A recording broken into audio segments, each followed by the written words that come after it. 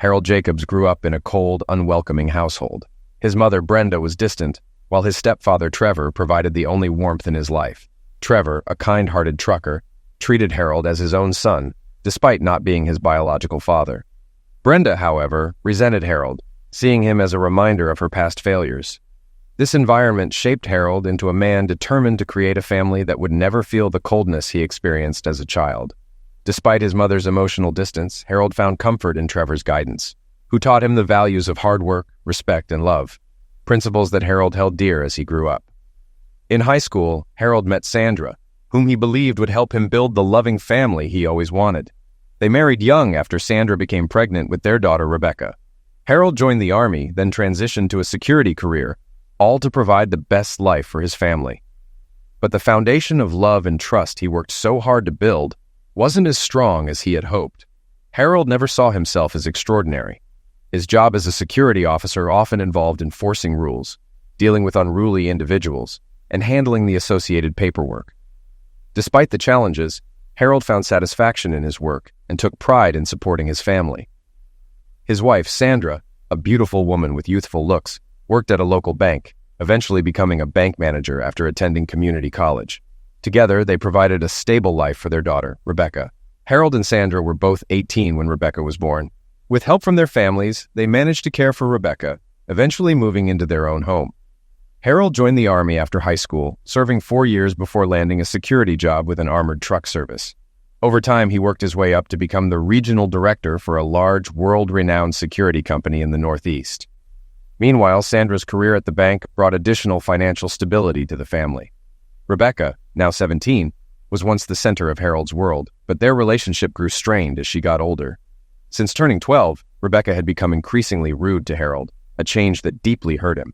He chalked it up to typical teenage rebellion, but it felt different. One incident that stood out was when Rebecca was 12 and Harold asked her to go to bed. She responded with a defiant, "Why should I?" Another time, at 14, she publicly embarrassed him by yelling, "The only embarrassing thing is being around you," when he asked her to change a revealing outfit at a block party. Her Sweet 16 was particularly memorable for Harold.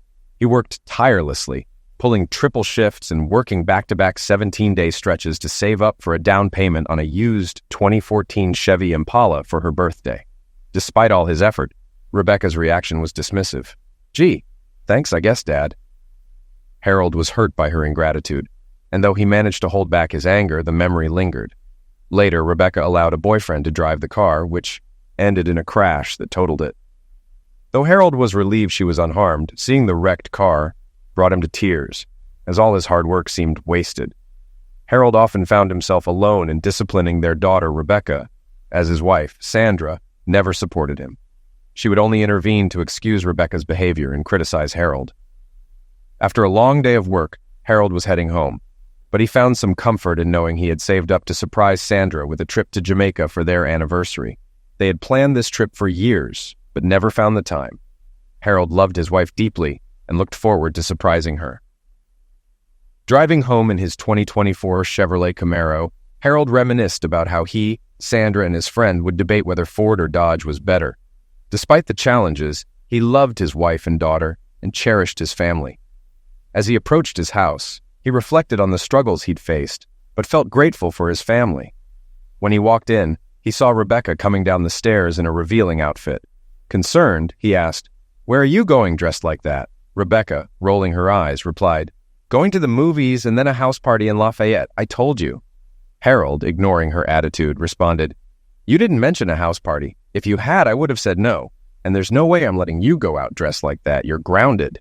Rebecca was outraged. "Grounded? For what? My clothes?" Harold calmly explained, "It's not just the clothes. You're grounded because you're failing math despite my warnings. And for skipping school to hang out with friends. That's why."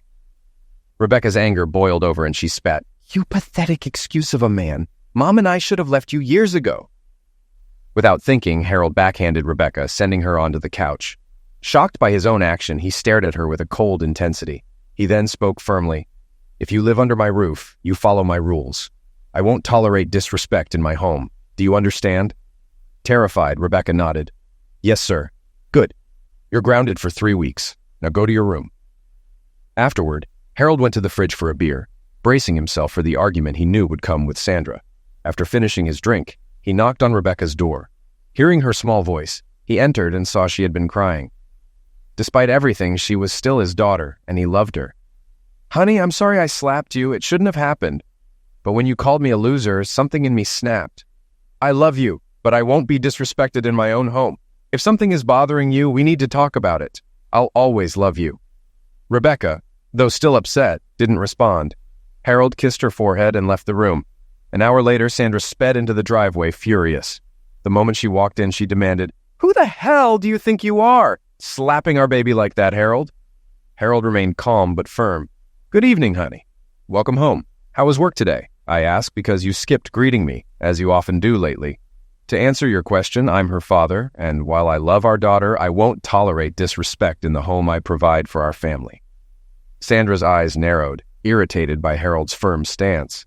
She took a breath and asked, "Sandra called me at work and said you slapped her. Is that true?" Harold read her expression before replying, "Yes, I did. I slapped her hard enough that she landed on the couch. She needed to understand that her behavior is unacceptable." Sandra was shocked, covering her mouth in disbelief. "So, you're just going to slap our daughter around when she talks back?" Harold's anger grew, though he remained calm. "No, but I will discipline her when she disrespects us. Did she tell you why I slapped her? Or did you just take her word for it?" Sandra looked down, unable to respond. Harold continued, "She was dressed inappropriately for a party she never mentioned, and has been skipping school all week. Did you know that? The principal called me today, but you didn't check the missed calls or texts, did you?" Sandra admitted quietly. "No, I didn't." "At least you admitted that. But that's not why I slapped her. I did it because she called me a stupid, pathetic excuse of a man and said you both should have left me years ago." Sandra was stunned. "She said that to you?" "Yes, our daughter said that to my face. This isn't the first time she's disrespected me, and you've always been there to shield her from the consequences. I'm not perfect, but I work hard for this family. I wake up at 4 a.m., work 60 hours a week, and handle endless complaints, contracts, and clients. Yet, I still make time for every school event, every game, and I help with her homework. But when I discipline her for crossing a line, I'm the bad guy?" Sandra was speechless, seeing the pain and anger in Harold's eyes as he spoke. He took a deep breath and said, "I'm going for a drive. I need to clear my head." He left, leaving Sandra stunned in the living room. Harold drove aimlessly, needing to escape. He felt like an ATM or doormat to his family, wondering how things had gone so wrong. Suddenly, his phone rang. Expecting it to be Sandra or Rebecca, he saw it was his mother. He answered, only to be met with her angry voice. "What in the hell is wrong with you?" "Hi, Mom." "Don't hi, Mom, me. Sandra and Rebecca just called. They said you struck Rebecca and cursed out Sandra. Have you lost your mind?" "No, Mom. Just my patience." With that, Harold hung up.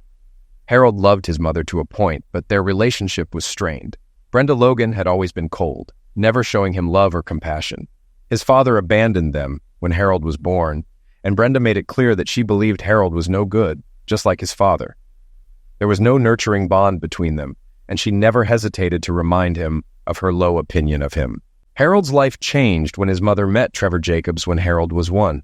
Trevor was a beacon of love for both Harold and Brenda. Trevor treated Harold as his own, teaching him life lessons, and even defending him when Brenda was too harsh. Although Brenda never showed Harold much love, the misuse eventually stopped, and they merely tolerated each other. Trevor loved Harold so much that Harold took his last name. After Brenda and Trevor married, they had a son, Adam, who became the golden child in Brenda's eyes. Adam often used Harold to get out of trouble and took everything from him: friends, allowance, and affection. Only Trevor treated both boys equally, loving and disciplining them fairly. Harold eventually grew distant, speaking mainly to Trevor. When Harold's daughter Rebecca was born, Trevor was the only family member who supported both Harold and Sandra. Adam even tried to flirt with Sandra when Harold wasn't around. But Trevor put a stop to it until his end of life. Trevor's will surprised everyone, splitting $500,000 equally between Harold and Adam when they turned 24. Adam resented Harold for this, feeling entitled to the entire fortune because he was the biological son. Harold used his share to buy a house for his family after leaving the military. Returning to the present, Harold knew he had to go home. After watching the sunset at an old drive-in, he headed back. When he arrived, Sandra was waiting. She apologized for not considering his feelings about Rebecca and admitted she often sided with their daughter, making Harold look like the bad guy. Harold smiled. "That's all I ask, honey. I love you and Rebecca. You are my world. Just have my back and give me the respect I give you." Sandra responded, "I love you too, Harold." They kissed, and Harold pulled out 2 first-class tickets to Jamaica, revealing his surprise anniversary trip. Overjoyed, Sandra jumped into his arms, kissing him nonstop. In the days that followed, things improved in the Jacobs household. Sandra stopped undermining Harold and respected his role as the head of the family. Although Rebecca still wasn't speaking much to Harold, her attitude improved. She stopped skipping school, and her grades began to recover. Even Harold's mother eased up on her nagging calls. Harold noticed his brother Adam visiting more often, which seemed to lift Rebecca's spirits, but otherwise, things were going well. One day, while cleaning the house before their trip, Harold and Sandra were organizing the garage and attic. Rebecca was upset about being left out of the trip, but kept her feelings to herself after their recent conflict. Harold, working in the attic, came across old photo albums, sparking nostalgia as he looked through childhood photos, wedding pictures, and memories of Rebecca growing up. Just as he was about to put the photos away, he found a plastic bag containing a bundle of letters and a large brown envelope. As he read the contents, his heart sank, and his world shattered. The letter Harold found shattered him.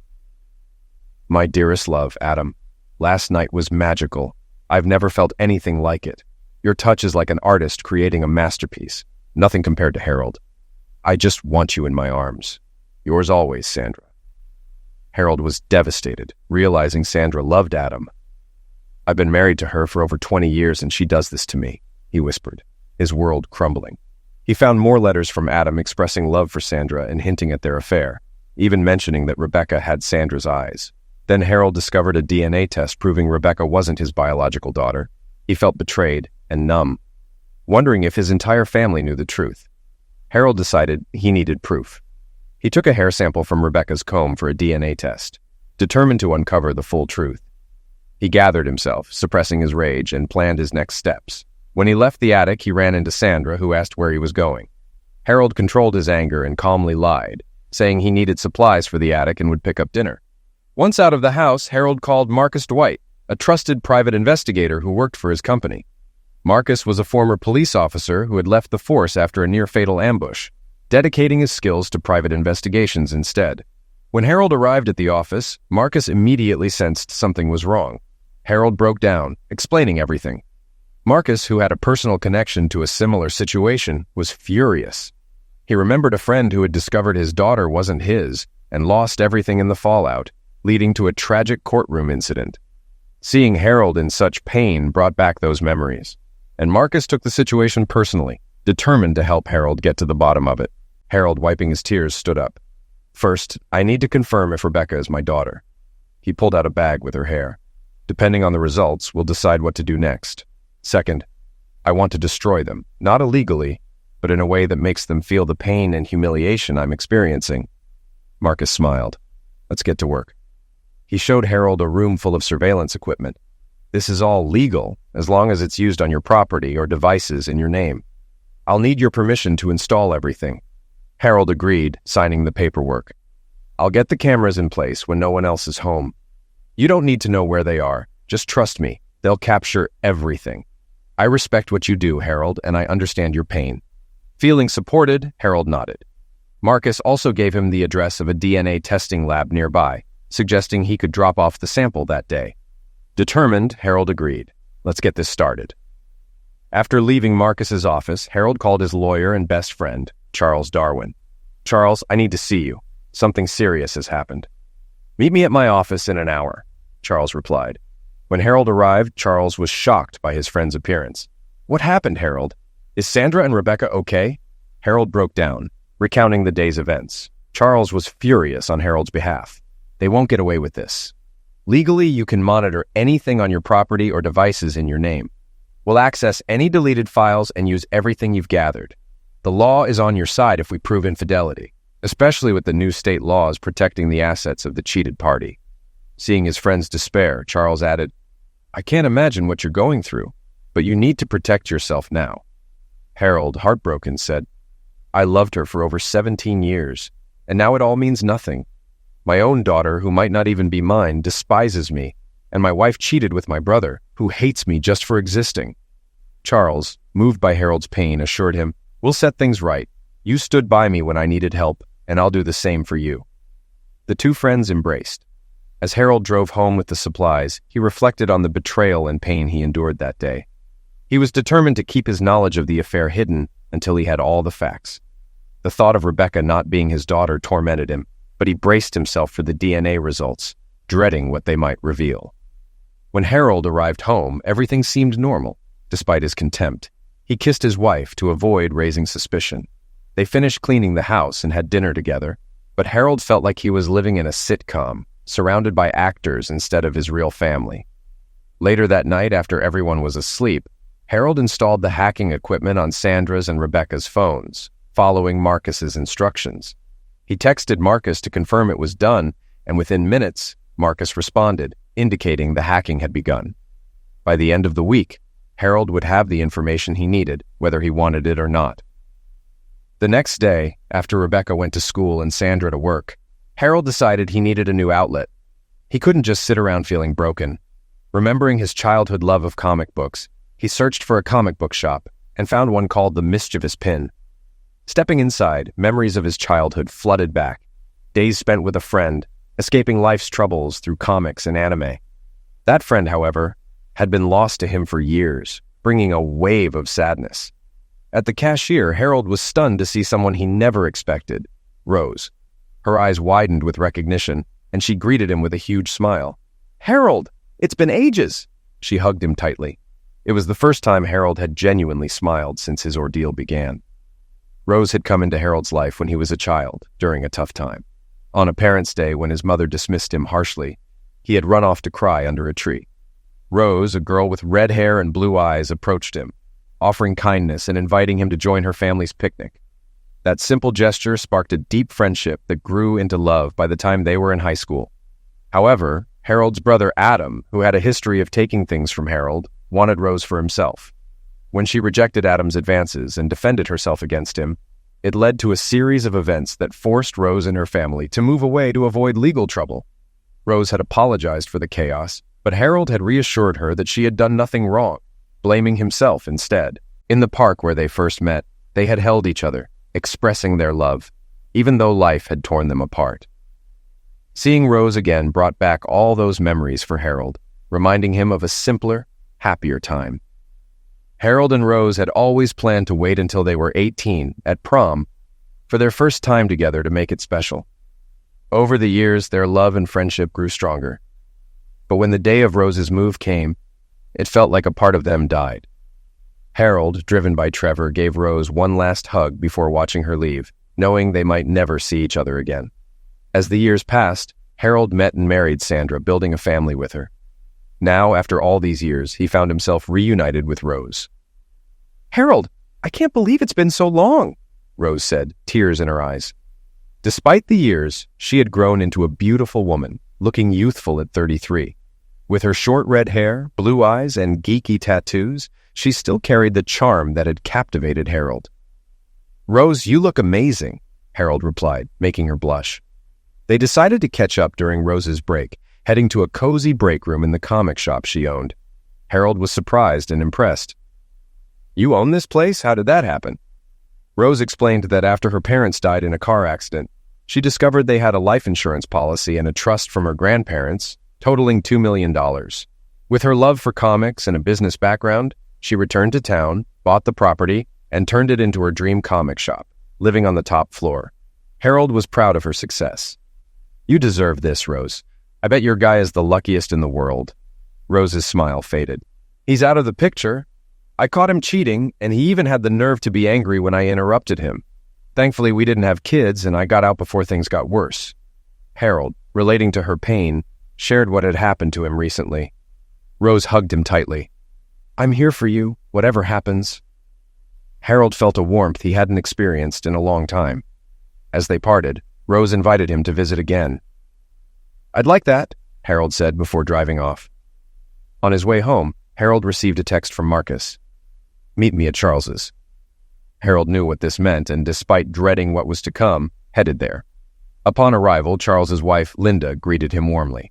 "Harold, I'm so sorry about everything. We're here for you no matter what."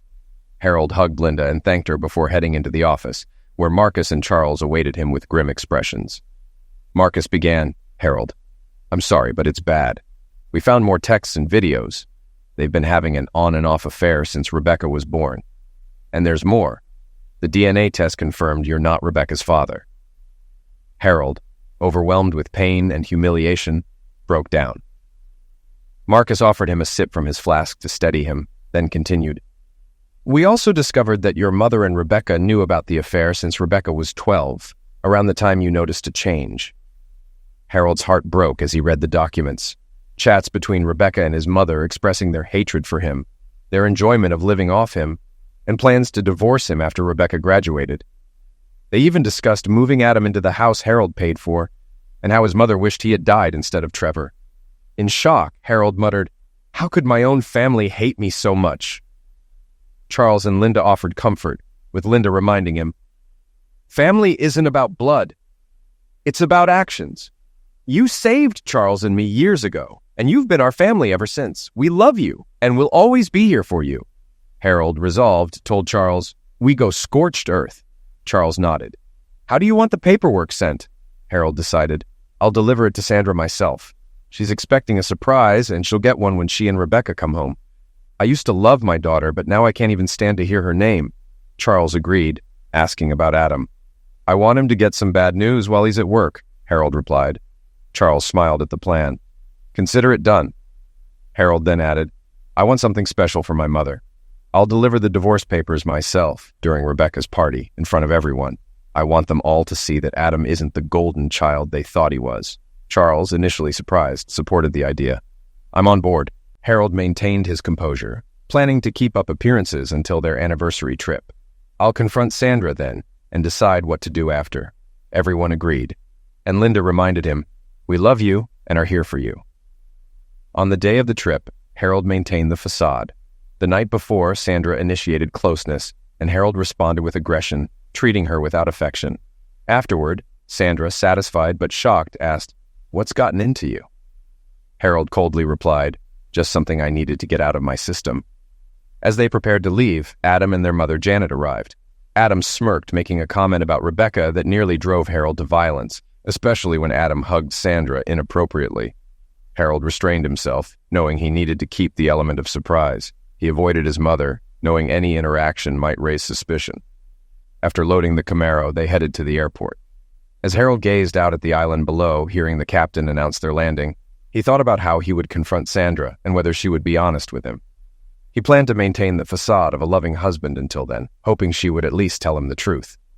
The resort, called the Hidden Treasure, was stunning, with beautiful views, luxurious amenities, and perfect settings for couples.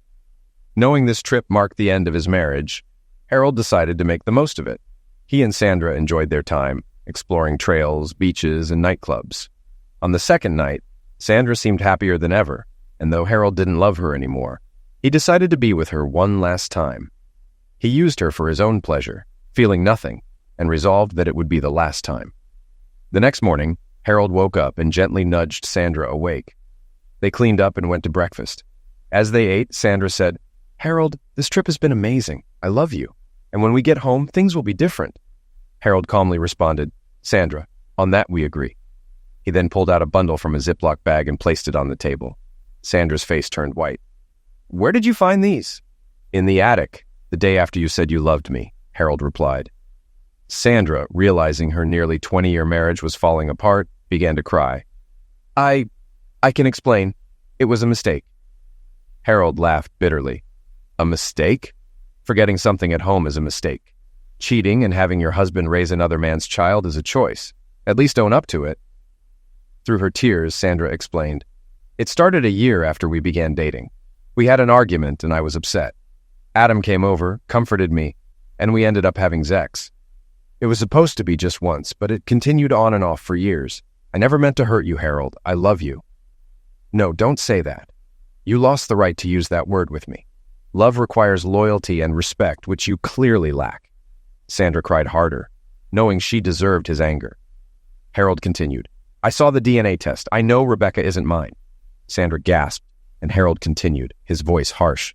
So not only did you betray me with my brother, but you made me raise his child, who treated me like dirt.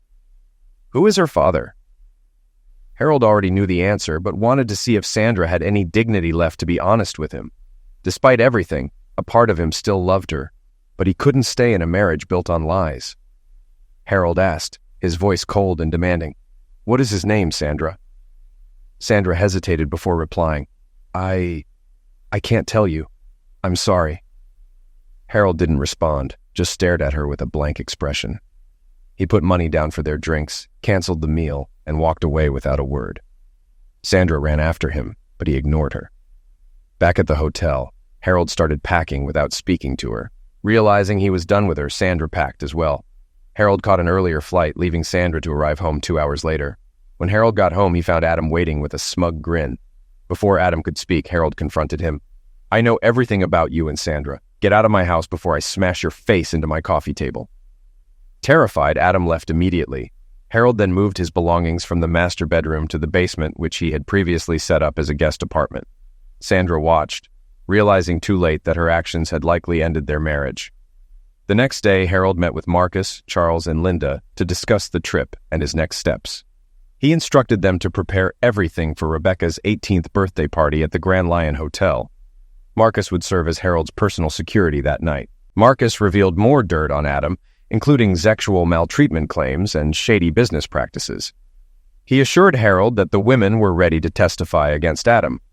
Impressed, Harold suggested a promotion for Marcus, which brought some lightness to the meeting. But as Harold left, his resolve hardened. He was done shedding tears. Now he had a purpose. Knowing Rebecca was out with his mother and Adam, Harold waited for their return, sitting in the living room with a glass of brandy. When Rebecca arrived, she sneered, "Finally, I can leave that loser in this dump." Sandra tried to correct her. "That loser loves you and raised you. Show some respect." Rebecca rolled her eyes and replied, "Oh, please. You've been with my real dad since I was born. It's too late for respect. That loser kept me from Ronnie, and I hate him for it." From the shadows, Harold spoke up. "Rebecca, why don't you tell me how you really feel?" Both women froze in terror as they realized Harold had heard everything. Rebecca shrank, realizing her cruel words had been overheard by the very man she had just insulted. "Harold, it's not what you think," Sandra tried to explain. "She just misspoke." "No, she said exactly what she meant," Harold replied, stepping closer. The women huddled together as he continued. "I know everything, Sandra. I know Rebecca isn't my daughter but Adam's. I know my mother knew about the affair since Rebecca was 12. You told Rebecca I was having an affair and that Adam was comforting you, all to cover up your own shame." Harold turned to Rebecca. "I don't know what I did to make you hate me, Rebecca. I loved you with all my heart. I was there for you when Tommy broke up with you, when you were sick, when you started school. I promised to protect you and show you love, unlike what I experienced from my mother." Rebecca began to cry as he continued. "When you were in that car accident, all I cared about was getting to you, hoping you weren't hurt." Harold then looked at Sandra. "And you, my love? Did you and Adam laugh every time you took him to our bed?" Sandra went pale. "Before you ask, I have video evidence," Harold said, turning on the TV to show footage of Sandra and Adam together in their marital bed. "You spied on me?" Sandra asked, irritated. "Are you seriously upset that I recorded you cheating in our bed?" Harold shot back. Sandra stammered, "I can explain. We can work through this." "Oh, God, no." Harold cut her off. "This wasn't a mistake, Sandra. It was a choice, over and over again. You slept with my brother, had his child, and made me raise her as mine." Rebecca flinched at Harold's cold words. Harold finished his drink, washed the glass, and reflected on how his marriage was going down the drain. As he put on his jacket and headed for the door, Sandra yelled, "Where are you going? We need to talk. This is a family." Harold scoffed. "What family? Did you not hear what I just said? I'm leaving because I can't stand the sight of either of you." He slammed the door and drove off, needing to escape. At 10 p.m., he didn't want to go to a bar. He wanted to be with a friend. He knew just where to go. Rose was at home with her 2 new German Shepherd puppies, Lady and Gunter. She had always wanted to be a mother, but bad relationships had left her alone. These puppies were now her companions. When she heard her buzzer, she saw Harold on the door camera and let him in. When Harold arrived, he was heartbroken. Without saying a word, he held on to Rose and cried. finally releasing all the pain and anguish he had been holding in. His family's betrayal, the discovery of the affair, and the heartbreak of it all. Rose comforted Harold as she had done years ago, holding him as he cried without any shame. She gently stroked his head and whispered, "It's okay, honey. I'm here." When he finished, Harold shared what had happened. "I feel like a joke, like I've been hit by a car and everyone is laughing, especially the people who were supposed to be my family." Rose, having been through her own heartbreak, understood his pain. "Look at me, Harold," she said softly. Harold looked up, tears in his eyes. "No matter what, I'm here for you. Just like before." Harold managed to smile. "Good seeing you again, partner." Rose smiled back. "Yeah, it is, partner. I have a guest room ready for you. You should get some rest. I doubt your wife will mind, given the situation." Sarcastic, but Harold chuckled. "No, she won't." Before heading to bed, Harold hugged Rose. "Thank you, Rose, for everything." Rose smiled and kissed his cheek. "You do the same for me." "Good night, Harold." "Good night, Rose," Harold replied, as they both went to their rooms, old feelings starting to resurface. The next morning, Harold woke to the smell of bacon and eggs. Entering the living room, he saw Rose cooking, her 2 puppies by her side. "Good morning, handsome. Hope you don't mind Spam, onions, and cheese in your eggs. Got bacon and toast, too," she said warmly. "Sounds perfect. They say hunger is the best spice," Harold replied, grateful his old girlfriend still knew her way around the kitchen. Rose playfully tossed a dish rag at him. "Doubting my skills, sir?" "Not at all, madam," Harold responded, both of them laughing. As they enjoyed breakfast, Rose asked, "What are you going to do now?" Harold thought for a moment. "At first, I thought we could work it out, but after seeing those letters, chats, and videos... No, there's no fixing this. I moved my things to the basement, but eventually, I want them out of my house. Rebecca's 18 now, so she's not my responsibility. I'm planning to sue Adam for child support and alienation of affection, and I have something in mind for my mother, too." Rose nodded, understanding his determination. "I want to be there for you, like we used to be." "You already are, Rose, more than you know," Harold replied, both feeling the tension between them. Harold's phone rang. It was Rebecca. Reluctantly, he answered, "What do you want?" "Dad, I'm sorry about everything. You weren't supposed to find out like this," Rebecca said, her voice shaking. "First of all, I'm not your father, so don't call me that." "And how exactly was I supposed to find out?" Harold responded bitterly. Rebecca hesitated, then asked, "Well, as you know, I want to go to college. How are you going to handle the payments? School is expensive." Harold was stunned by her entitlement. Rose waved her hand in front of his face to snap him out of it. Slowly, Harold responded, "Let me get this straight. After you and your mother show me how unappreciated I am, and reveal that I've been raising another man's child, a child who hates me, you have the nerve to ask me to pay for your college?" Rebecca, unfazed, replied, "Just do it already. You're legally my dad, so you're obligated to help me." "Screw you," Harold snapped. "You're an adult now, and I'm not obligated to do anything. If you want to go to college, ask your real dad to pay for it. Don't ever contact me again." He hung up and blocked her number. Turning to Rose, Harold said, "I need to get things started. I think..."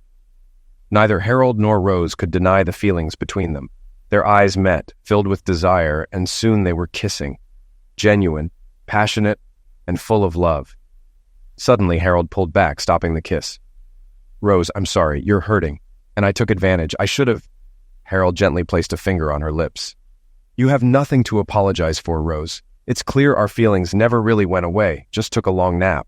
Rose, I love you. I never stopped. And I never stopped loving you, Harold. From the day we parted until now," Rose confessed, her voice filled with emotion. Harold brushed her hair aside and wiped away a tear. "But I respect you, Rose, and my vows. I need to give Sandra the divorce papers first. That happens tonight. If you want us to be together, please respect my wish to stay faithful until this is over. If that's too much, I understand." Rose kissed his cheek. "I've waited over 17 years. I can wait a little longer." They hugged, and for the first time in a while, Harold felt hope. He left, showered, and prepared for Rebecca's birthday party at the hotel. As he dressed, he realized there was no point in dwelling on the past. He could only move forward. When he arrived home, workers were preparing for the party. Oh, great. Rebecca's birthday. Just what I needed, he thought. His phone rang, and seeing the caller ID, Harold sneered. He thought about ignoring it, but remembered his phone was tapped for evidence. "You piece of crap! What have you done?" Adam's voice screamed through the phone. Harold played dumb. "Hello, Adam, what are you talking about?" "Don't play dumb. I got called into HR today. OSHA and the Department of Labor were there with my supervisor. 3 women filed complaints against me, and this time it stuck. I'm suspended. This isn't supposed to happen," Adam ranted. Harold's voice turned cold. "If by fun you mean maltreating them, then this is exactly what should happen." Adam paused, realizing he had revealed too much. His tone became venomous. "Who the hell do you think you are? I'm your brother, Adam. I'm the guy whose wife you screwed. How could you do that to me? You've hated me my whole life." "Why?" Adam continued coldly. "You were born. Dad loved you even though you weren't his. That time with him should have been mine. You were perfect, good grades, friends. I was just your little brother. So when I had the chance to take Sandra, I did. I made her feel alive while you were focused on your own life. We had Zex while you were in boot camp, and I laughed at turning you into a loser." His voice filled with arrogance. Adam added, "I don't know how you messed with my job, but if I get fired, I'll liquidate you. Understand?" Harold smiled, grateful for the recorded evidence. "I hear you loud and clear, Adam." Adam tried to regain control. "Good. Now you'll go to the party with Sandra and Rebecca. You'll play the happy husband and keep up appearances. Do we understand each other?" "Crystal," Harold replied calmly. Adam hung up, thinking he'd intimidated his brother. But Harold laughed, knowing Adam had just handed him enough evidence to press serious charges, including parental fraud and alienation of affection. Initially, Harold planned to skip the party, but now he saw an opportunity. "Time to show the world my loving and caring family," he thought with a smile. Harold arrived at the hotel in his freshly polished Camaro, handing the keys to a valet who admired the car. Harold joked, "Careful with the drool, I just had it waxed." The valet, embarrassed, started to apologize, but Harold gave him a $100 tip. "It is a nice car. Thanks for appreciating it. Can you park it close to the exit? I don't think I'll be staying long." The young valet smiled and agreed to Harold's request. Inside, Harold found the ballroom to be extravagant, with a beautiful sculpture in the center and a bar nearby. Waiters served drinks to those over 21, identified by purple bracelets, while a DJ played music for the dancing crowd. Harold had to admit it was an impressive setup. He soon spotted his lawyer, Charles, and his PI, Marcus. Marcus blended in by wearing maintenance clothes, while Charles was dressed in a sharp suit. Harold briefed them on the situation and instructed them to set up the equipment.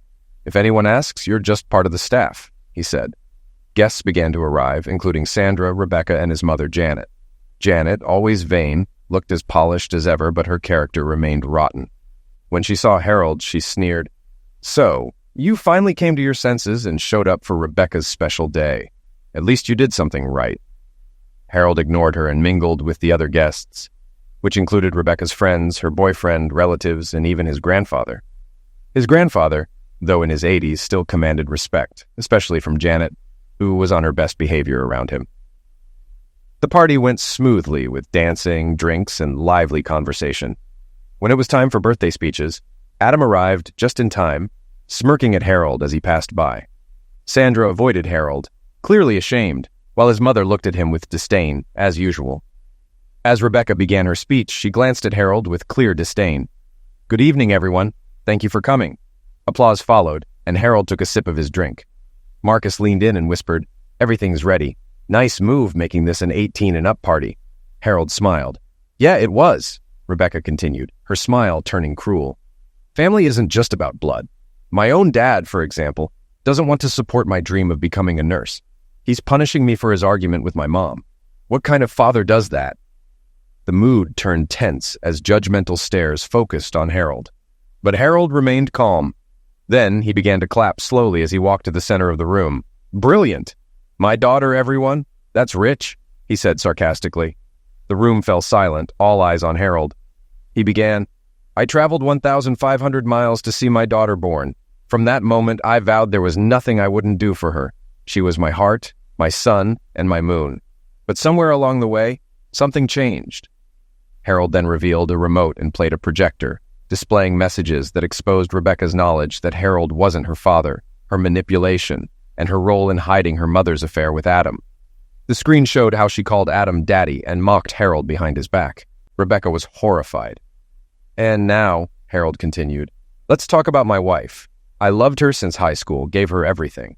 But while I was serving our country, she was having an affair with my brother." Harold played a video showing his wife and brother having sex in their marital bed, with his brother mocking him during the act. He also displayed chat logs and videos revealing their plans to drain his funds and kick him out of his own home through divorce. They openly professed their love for each other, treating Harold as a mere inconvenience.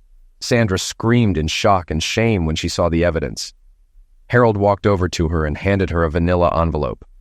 "I want a divorce, Sandra," he said coldly. "I sold the house too. It's in my name. And since we're in an at-fault state, you have no say. The locks have been changed, and you have until the end of the week to collect your things. I'm being more generous than you deserve. You can keep your $401k and we'll split the marital assets. I sold the house for $2,000, so you have some money for groceries and gas. I want nothing to do with a place filled with lies, and I want nothing to do with you. What you did was selfish and cruel. You let my brother screw you and had me raise his daughter, who took joy in being cruel to me." Harold's voice hardened. "If you fight me, I'll destroy you with the evidence I've shown, and more that I haven't. You'll lose everything, and Adam will have to sell you off to make rent. Maybe your daughter can wash dishes while you sell yourself to get by. You promiscuous."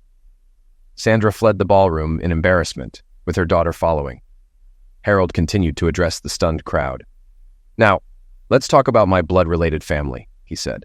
"Rebecca was right. Blood doesn't make you family. Meet my brother Adam. Besides being a wife-stealing dirtbag, let's start from the beginning. I'm a year older than Adam. I was raised by a man named Trevor Jacobs." Photos of Trevor filled the screen. "He's the only one in my family who truly loved me. My biological father left before I was born. Trevor raised me as his own, and I'm who I am today because of him. Then Adam was born. I don't know why he hated me so much or why he made me a betrayed by having me raise his child, but I let him explain."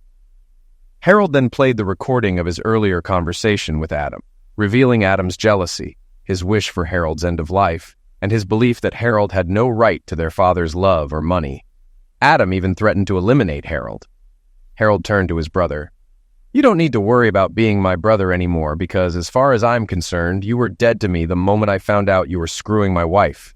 Adam lunged at Harold, but Harold ducked and knocked him with a strong punch to the ribs, causing Adam to collapse.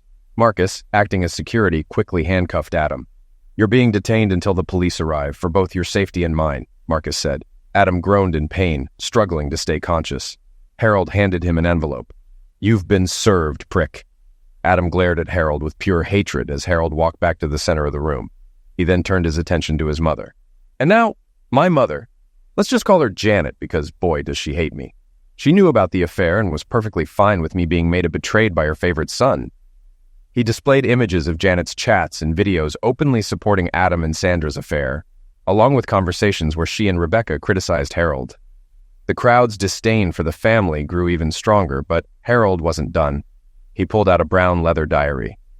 Janet's face went pale. "Mom kept a diary since I was born. According to her, my father was a selfish dirtbag who ran when he found out she was pregnant. But that's not entirely true," Harold continued. "I did some digging and found out my real father was Alex Thompson. Alex and Janet met in high school, and during their senior year, Janet decided she wanted kids. Alex, however, made it clear he wasn't ready and always insisted on using protection, even asking Janet to be on the pill. But Janet lied, telling Alex she was on the pill because he trusted her. They were planning to get married until she got pregnant. Janet was thrilled, thinking she'd finally have her happy family. But Alex's powerful parents didn't like the idea of their son being trapped. They hired top lawyers to tell her she could keep the baby, but she'd be raising it alone." Harold paused, observing the crowd's reaction, then continued. "Alex signed away his parental rights, shattering Janet's dream of a perfect family. From that moment, she truly hated me even before I was born. She wanted to get rid of me, but my wealthy grandfather stepped in and threatened to disinherit her. So she had me, though she didn't even want to hold me after I was born. And here's the kicker. Janet had a neighborhood friend who would visit when Dad wasn't home. Yes, she cheated on him." Harold continued. "One day I saw her friend, let's call him Rusty. Rusty liked hanging out with me, particularly when Mom or Dad wasn't in the room. Rusty one day came into my room when I was asleep. Anyway, I woke up to see Rusty with his hand touching me in ways no should be touched. The crowd gasped, but Harold continued, his voice steady. When I told my mom about it, she slapped me and threatened to send me away where no one, not even Trevor, could find me. She accused me of lying. I always thought mothers were supposed to protect their kids, but I got the opposite. People in the audience began to cry, and Harold shed a few tears himself. Now, you're probably wondering, why should we believe you? Watch the screen. The screen showed videos and recordings backing up Harold's story, his father's account, Janet's own words expressing her regret and hatred, and diary pages confirming everything. The crowd grew somber. Some cried for what Harold had endured, while others looked on with disdain for his family. Harold approached his mother. I had no choice in being born, and the only real family I had wasn't even related by blood. But I want you out of my life, for good. No more calls, no more texts. And when you take your last breath, I want you to know you'll die alone. If you weren't so full of hate, you could have been surrounded by love and people who cared. But now, the only ones around will be those waiting to take your body away. Janet was speechless. Harold placed the microphone on its stand and addressed the crowd one last time. Thanks for coming, everyone. Have a good night. As the police arrived to take Adam away, Harold turned to Sandra and Rebecca. We have nothing left to discuss. We are no longer family in any sense of the word. If you have any questions, talk to my lawyer. I want you both out of my house and take that mother-in-law of yours with you. Janet, regaining her composure, tried to insult him. You sorry excuse for a man. The moment you walk out of here, you're no son of mine. Harold looked at her with a cold expression and said, I'll gladly take that role. Then he turned and flipped her off. Harold thanked Marcus with a hug and handshake. Thanks for everything. Marcus smiled. If I could get some PTO out of this, I'd appreciate it. Harold grinned. Consider your 2 weeks vacation approved. Just let us know when you want to use it. Marcus nodded, then asked, Are you going to be all right? Something tells me you don't want to be around here. Do you have somewhere to go? Harold nodded. Yeah, I've got a place. Later that night, Rose awoke to the buzz of her apartment door. Seeing it was Harold, she let him in. Without a word, they embraced and kissed with a passion they hadn't felt in years. They made love for the rest of the night. The next morning, Harold woke up with Rose lying on his chest. When she woke, she smiled and kissed him. Good morning, sleepyhead. Good morning, beautiful, Harold replied. As she lay on his chest, Rose asked, How did last night go? Harold sighed. It felt like watching a beautiful lie die. But for once, the truth is actually better than the lie could ever be. Rose kissed him gently. I love you, Harold. I never want to lose you again. I'll fight to keep that from happening. Harold held her close. I feel the same way, but I have a bit of a problem. Rose looked concerned. What is it? Harold sighed. I sold my house and found myself homeless. Could I stay here for a while? It won't be long, I promise. I just need to... Before he could finish, she kissed him repeatedly. Stay as long as you want. You don't even have to ask. They laughed together, their passion for each other growing as they spent the day making love. As the week went by, Harold started his new life. He moved his belongings from the house the next day, leaving Sandra's and Rebecca's things in a storage container in front of the house. One day, on his way back to Rose's from work, Harold got a call from Charles. Harold, it's Sandra. She says she'll sign whatever you want, no questions asked, but you must talk to her. Harold thought it over. He didn't really need Sandra's cooperation. He could crush her in the divorce, and his threats weren't empty. But he realized he just wanted her out of his life completely. He wanted to start fresh with Rose, the love he thought he'd lost long ago. Still in his 30s, he wanted to spend that time with someone who loved and respected him, and he wanted to do it right. Okay, Charles, let me know when and where to meet her. The next day, Harold met with Charles in his office. Sandra and her lawyer were ready to sign the papers. Despite her lawyer's objections, she agreed to sign if she could speak to Harold first. Once the lawyers left the room, Sandra broke the silence after 2 minutes. I know it doesn't mean much now, but I'm truly sorry. You may not believe it, and I don't blame you. But I do love you. I can't justify what I did to you or how I let Rebecca treat you. Harold looked at her. Was it something I did or didn't do? Sandra almost shouted, No, God, no, Harold. This is all on me. She then called the lawyers back in and signed the papers, tears in her eyes. She told Harold that Rebecca would stay with her and apologized one last time before walking out of his life for good.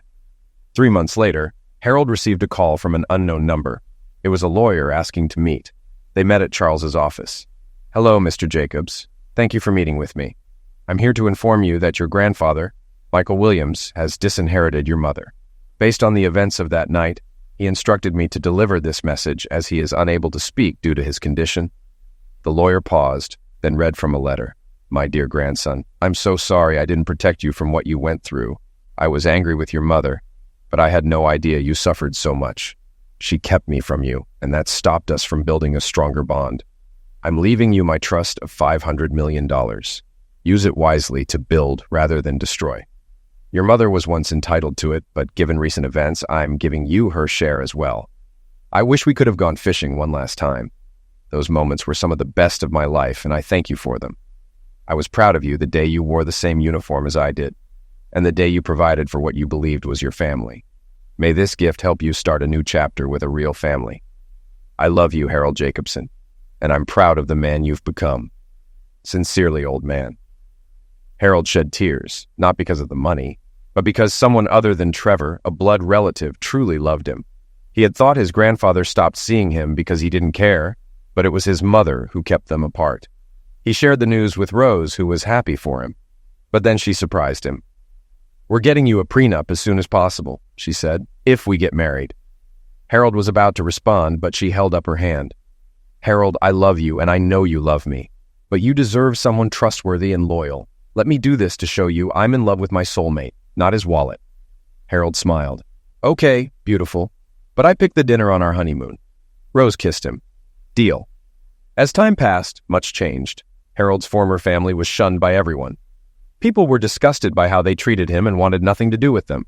Adam lost his job due to the sexual maltreatment charges and the scandals surrounding his company, along with the alienation of affection lawsuit and back pay for child support. He ended up living in a trailer on the outskirts of the city. Sandra faced charges of parental fraud and could have gone to jail, but Harold spoke on her behalf, his last act of kindness toward her. She was placed on probation and was required to undergo mandatory DNA testing if she became pregnant again. With her funds depleted by court costs and legal fees, she had no choice but to move in with Adam. Rebecca was never the same. After the party, her friends abandoned her, unable to believe they had befriended someone so cruel. When she realized her biological father didn't love her and had only used her to hurt Harold, she was crushed. After years of mistreating the man who raised her as his own, she was left devastated. Unable to afford college, she became a dishwasher at the same hotel where her birthday party had been held. She tried to ask Harold for forgiveness, but he refused to have anything to do with her. Janet was shattered after Harold's confrontation at the party. No one in the family spoke to her again. After Harold left, her father slapped her and disowned her for what she did to Harold. For someone like Janet, who valued image above all, this was the ultimate blow. She suffered a heart attack in a hotel room, and, as Harold had predicted, the only ones present at her funeral were the priest and the gravedigger, 7 months later. A very pregnant and radiant Rose walked down the aisle at a small, outdoor wedding, surrounded by spring leaves and a gentle breeze. Her white dress with floral details perfectly complemented the natural setting. Charles served as the best man, Marcus was a groomsman, and Linda, Marcus's wife, was a bridesmaid. The wedding wasn't extravagant, but it was exactly what Rose and Harold wanted, beautiful and heartfelt. Months later, Harold welcomed the birth of his twins, Jack and Sally. Jack had Harold's nose, and Sally had his eyes. Although Rose insisted on DNA testing, Harold already knew they were his. Overwhelmed with emotion, he embraced his wife and children, saying, "My family, I love you so much. Thank you for being in my life." Rose hugged them all and replied, "Thank you for being you, baby. We love you too with all our hearts. I'll remind you of that as long as I live." 1 year later, Harold sat on a bench overlooking their large backyard, watching Rose play with their dog Gunter while Lady lay beside him with Jack and Sally. Their smiles filled him with warmth. Rose returned to him and shared a loving kiss. With their combined efforts, the couple expanded their business by opening 3 more stores in the city while keeping the original one. They rented out their old apartment to new employees at a discounted rate. Harold's success in the stock market led him to become the owner of his company, with Marcus as the national director, overseeing more sites across the country. As Harold admired his beautiful wife in her red and black sundress, he thought, "I'm the luckiest man on earth."